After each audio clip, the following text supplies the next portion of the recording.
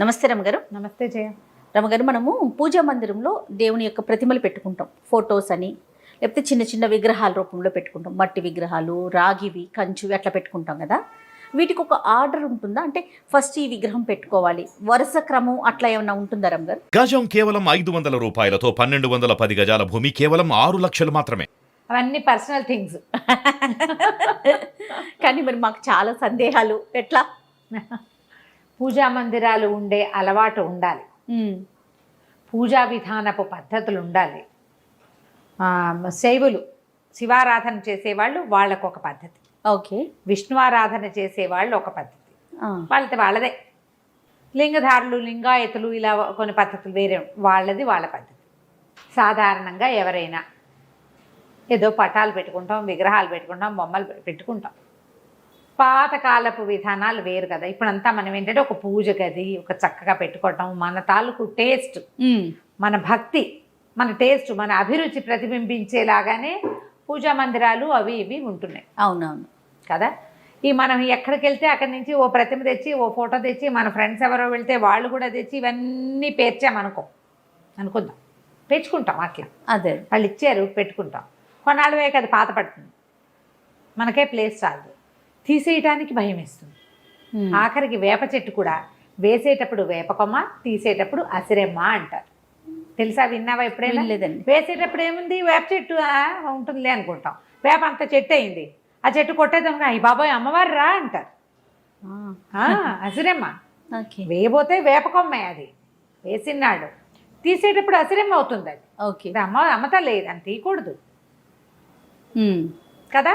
ఇప్పుడు ఒక ప్రతిమ కొన్ని రోజులు పూజ చేసాం, అది భగ్నమైన, చిరిగిన, పగిలిన, పాడైన, పాతబడిన తీయాలంటే చచ్చే భయం వేస్తుంది. అవును. అందుకని ఎక్కడెక్కడి నుంచి వచ్చిన ప్రతిమలు, విశేషాలు అన్నీ చేర్చుకోవద్దు. మొదట సరిపడా మీకు అలవాటుగా ఏ దైవాన్ని పూజించుకుంటారో ఆ దైవం తాలూకు ప్రతిమలో, ఫోటోలో ఏవైనా పెట్టుకోండి. ఈ ప్రతిమా విశేషాలు అవి పెట్టడానికి కూడా లోహంతో చేసిన ప్రతిమలు, మట్టితో చేసిన ప్రతిమలు రకరకాలు ఉన్నాయి కదా. వెండి, బంగారు, కంచు, ఇత్తడి, పంచలోహాలవి ఇట్లా ప్రతిమలు పెట్టుకుంటారు. ఈ ప్రతిమ ఇంతకు మించి ఉండకూడదని ఒక పరిమాణం చెప్తారు.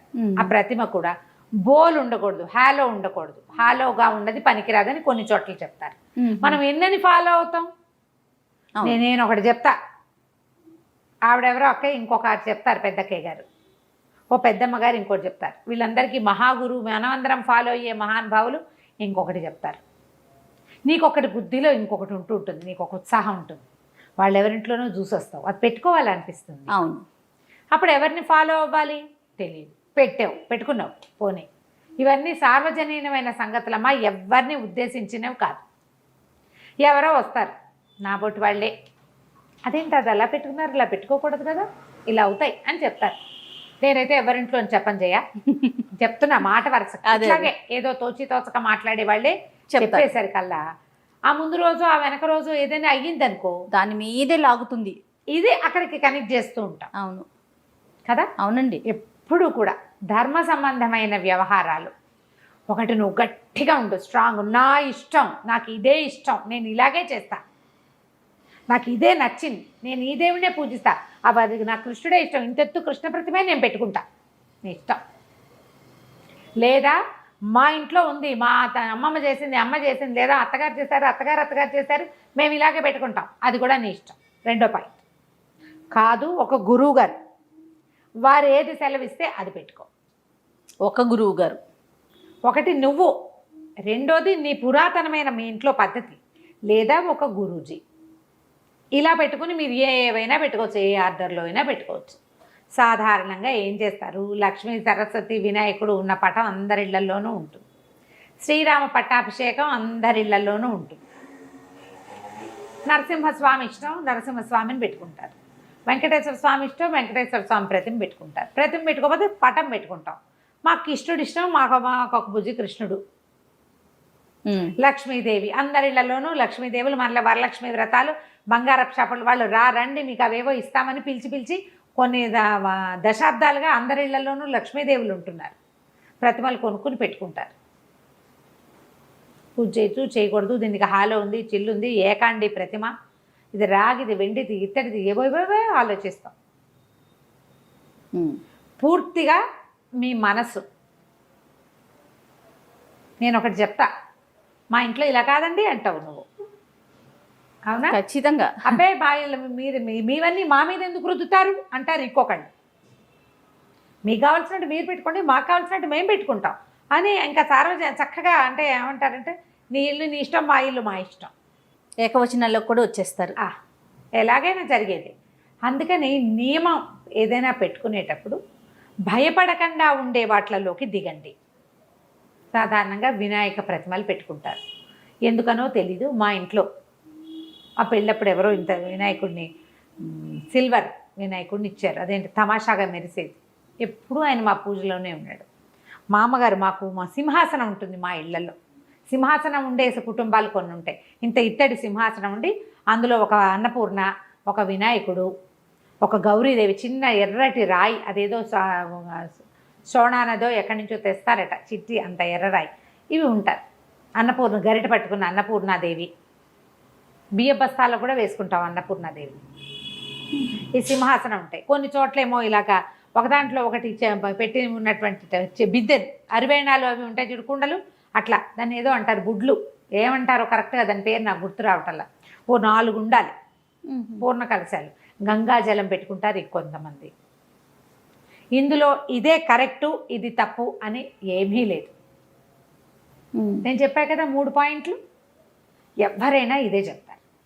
సింహాసనంలో ఉండి ఆ వినాయకుడు ఉన్నాడా, ఈ తెల్ల వినాయకుడు ఈ వినాయకుడు కాకుండా నేను ఎప్పుడో ఆకుపచ్చ మన జేడు మరకత వినాయకుడు, ఎందుకో ఆయన ఆకర్షించాడు, ఒక చిన్న వినాయకుడిని తెచ్చిపెట్టుకున్నాం. మాకు ఒక పంచాయతనం ఉంది, అందులో గణపతి ఉన్నాడు. ఎంతమంది గణపతులు అయ్యారు? 4 అయ్యారు. మా మందిరం పెద్దది, ఎప్పుడో చూపించాం కదా చెక్క మందిరం. అయితే మొన్న ఎవరో అంతమంది గణపతులు ఉండకూడదుట అన్నారు. ఒక్కళ్ళని తీసి ఇట్లా బయట పెట్టలేకపోయాను జయ నేను. నేను నా సొంత సంగతి ఎందుకు చెప్తున్నానంటే, ఈ విషయంలో ఇలాగే ఉంటుంది. మనసొప్పలేదు నాకు మనసొప్పల. మా అమ్మగారు చాలా ప్రీతిగా ఇచ్చారు ఇది. ఇప్పుడు ఎక్కడ 30 ఏళ్ళైంది మా పెళ్ళైన సంవత్సరం. ఆ సింహాసనంలో ఉన్న ఆ వినాయకుడు, రాతి వినాయకుడు, ఆయన్ని తీబుద్ధిగాల పంచాయతనం మావారు పెట్టుకున్నారు. ఆయన దేవుడు, ఆయన మనం ముట్టుకోకూడదు. నేను తెచ్చుకున్న ఆకుపచ్చ వినాయకుడు అంటే నాకు ఎంతో ఇష్టం. మాకు ఇలా మందిరం లేకుండా గోడకి ఒక చెక్క కొట్టి దాని మీద దేవుళ్ళని పెట్టుకున్న రోజుల నుంచి మా ఇంట్లో ఆ తెల్ల వినాయకుడు ఆ మందిరంలోనే ఉన్నాడు, అక్కడే ఉన్నాడు.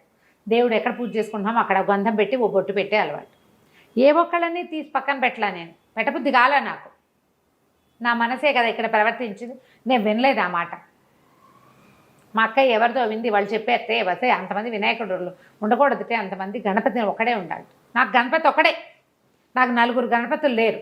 స్వరూపాలు ఉన్నాయి, విగ్రహాలే కదా అవి, అంతే కదా. నన్ను నేను ఇలా సాటిస్ఫై చేసుకుని నేను దండం పెట్టాను. 4 పువ్వులు పెడతాను రోజు. నేను ఒక ఆయన గంధం పెట్టి బొట్టు పెడతాను, మిగిలిన 3 పువ్వులు పెడతాను, అయిపోయి.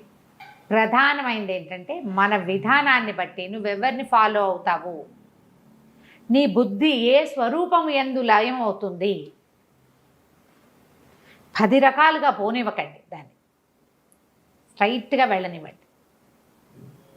ప్రతిమా విశేషాలు ఏవైనా పెట్టుకుంటే శుభ్రం చేసుకోవాలి. పూజకి నిత్యము అదొక పని, చక్కగా శుభ్రం చేసుకోవటము. ఎప్పుడూ పులికాపు పెట్టడము చేస్తారు కదా, పులికాపు. చక్కగా గడ్డి అవి కాల్చి ఆ బూడిదతో భస్మం వస్తుంది కదా, అది కాస్త చింతపండు అవి వేసి ప్రతిమలు తోముకోవాలి. దేవతా మందిరం ఎప్పుడు బూజు దుమ్ము లేకుండా దులుపుకోవాలి, అలంకారం చేయాలి. మీకు ఆ రకమైన భక్తి విశేషాలు తాత్పర్యాలు ఉంటే, భక్తి తత్పరతే కదా మనకు కావాల్సింది, వేసుకోండి హాయిగా. ఇది పెట్టచ్చు ఇది పెట్టకూడదని ఏముంది, చెక్కవి పెట్టుకోవచ్చు. చెక్కతోటి చేసిన భగవంతుడికి నిత్యారాధన జరిగే పూరి జగన్నాథుడే మనకి తొలి దైవం. 4 ధామాల్లో మొదటి ధామం అదే మనకి భారతీయులకి. కాబట్టి చెక్కదేవుడు పనికి వస్తాడు కదా, అవును కదా. మరి అక్కడి నుంచి శిలాస్వరూపాలుగా ఉన్న స్వాములు ఎంతమందో మనకి దైవాలు, విగ్రహ రూపంలో ఉండే స్వాములు ఎంతమందో. కాబట్టి రాయి మట్టి అన్ని ప్రతిమలు పనికొస్తాయి. ఆర్డర్ ఏమైనా ఉంటుందా రమ్మగారు? కుడి నుంచి ఎడమకి, పైన ఒకట్లు కింద ఒకరు, అట్లా ఏదైనా పలానా ప్రతిమ పైన ఉండాలి కింద ఉండాలి ఏవో చెప్తారు చేయాలి. ఆ. మన వెసులుబాటుని బట్టి కొంతమందికి మనకి ఇంట్లో మందిరం ఉంటుంది, దాంతో పాటుగా గోడ మీద కూడా కొన్ని ప్రతిమలు పెట్టుకొని ఫోటోస్ ఫోటోలు పెట్టుకుంటారు కదా, ఆ, అలా కూడా పెట్టుకోవచ్చు. చూస్తూ ఉంటాం. పెట్టుకోవచ్చు. అదే ఇప్పుడు ఏదో ఒక ఫేస్బుక్ వీడియోలో అనుకుంటా, మా ఇంట్లో ఫోటోలకి పైన పువ్వులు పెట్టుకుంటాను నేను, అక్కడ కింద పెట్టడానికి వీలవక, అదేంటండి తల మీద పెట్టకూడదు కదా అని అడిగారు. ఏమో నేను పెడతాను. పాదాల దగ్గర పెట్టేవి ఉంటాయి. గోడకు తగిలిచున్న ఆయనకి పువ్వు పెట్టాలంటే ఎక్కడ పెట్టాలి? పాదాల దగ్గర పెట్టలేం కదా, పైనే పెట్టగలుగుతాం. పైన పెడతాం. నెత్తి మీద పెట్టకూడదుట ఎవరో చెప్పారు. నమో నమః. నేను అనుకుంటా నా సర్వాపరాధాన్ని స్వామిని సర్వాపరాధాన్ని క్షమస్వ, ఇది ఒక వాక్యం పెట్టుకుంటాను జయ. నేను అన్ని అపరాధాలు క్షమించు, తెలుసో తెలియకో, నా వెసులుబాటో నా ఆలోచనో, కాబట్టి వీటిని అన్నిటినీ క్షమించు అపరాధాలను. శ్లోకాలు ఉన్నాయి. అపరాధ సహస్రాన్ని క్రియంతే అహర్నిశమ్మయ దాసోయమితి మాం మత్వా క్షమస్వ పరమేశ్వర అని. నేను నీ దాసుండని భావించి నన్ను క్షమించేసే. అపరాధ సహస్రాలు చేస్తాను. ఎవరినో విమర్శిస్తాం, ఎవరినో జడ్జి చేస్తాం, ఎవరినో ఏదో చేస్తాం. నీకే ఏదో చేయవలసిన దేవుడికి చెయ్యం. ఏదో చేసుకుని ముందు మనమే రుచి చూసేస్తాం. ఇది దేవుడు ఇచ్చాడని జ్ఞప్తి ఉండదు మనకి. జ్ఞప్తి లేదు. ఏదో చేస్తాం ధ్యాసగా, హర్రే పొరపాటు చేశానే అనిపిస్తుంది. ఒక క్రియ ముందు గంధ పెట్టవలసిన చోట ముందు కుంకం పెట్టేస్తాం. ఏవో చేస్తాం. ఒక లైన్ ఉంది, ఆర్డర్ ప్రకారం పోము. ఉపచారాలకి ఆర్డర్, దేవుళ్ళ అరేంజ్మెంట్కి ఆర్డర్ అనుకోకండి. ప్రతిమా విశేషాలు మీ ఆ వెసులుబాటుని బట్టి, మీ మందిరాన్ని బట్టి, మీ భక్తిని బట్టి పెట్టుకోవచ్చు. దాని మీద ఏం పెద్ద ఆలోచించద్దు. ఒక వినాయకుడు తొలి పూజలు అందుకుంటాడు, మనకు లెక్క కదా. అట్లా ఏదైనా ఒక మొదట చేసేటప్పుడు వినాయకుడికి దండం పెట్టుకుంటాం. ఓ వినాయక ప్రతిమ పెట్టుకోండి. లక్ష్మీ పూజ మనం చేసుకోవాల్సింది, లక్ష్మిని పెట్టుకోండి. మీకు విష్ణువు ఇష్టమో, శివుడి ఇష్టమో, మీకు ఏ ప్రతిమా విశేషం మీద ఆసక్తిగా ఉంటుందో పెట్టుకోండి. ఆ అర్చన చేసేటప్పుడు షోడశోపచారాలు ఒక లైన్ చెప్పబడ్డాయి కదా, ఆ లైన్ చేసుకోండి. టోటల్గా నాకు ఈ వీడియోలో అర్థమైంది ఏంటంటే రమ్మగారు, మీ ఇంట్లో ఎలాంటి ఆచారం ఉంటుందో, ఎలాంటి సాంప్రదాయం ఉంటుందో అది ఫాలో అవ్వండి. అంతేనా రమ్మగారు? లేదా మీ మనసుకి ఏది నచ్చితే అది. లేదా గురువు, ఒక్క గురువు, ఒక్కరు ఎప్పుడు కూడా. అంతేగాని ఆర్డర్ విషయం మీరు చెప్పట్లేదు. సంతోషం. అంతే కదా రమ్మగారు. మరి ఇప్పుడు మీది ఒక పద్ధతి, మాది ఒక పద్ధతి. నేను అదే చెప్తున్నా. ఇప్పుడు మన సాయి వాళ్ళది ఒక పద్ధతి నా ఉంటుంది. పద్ధతి చెప్తే ఎలా కుదురుతుంది? అంతే కదా. నేను ఒక పద్ధతి ఇప్పుడు మన ఇక్కడ ముగ్గురు ఉన్నాం, ముగ్గురిది 3 పద్ధతులు కదా. రైట్. నమస్తే రమ్మగారు. నమస్తే.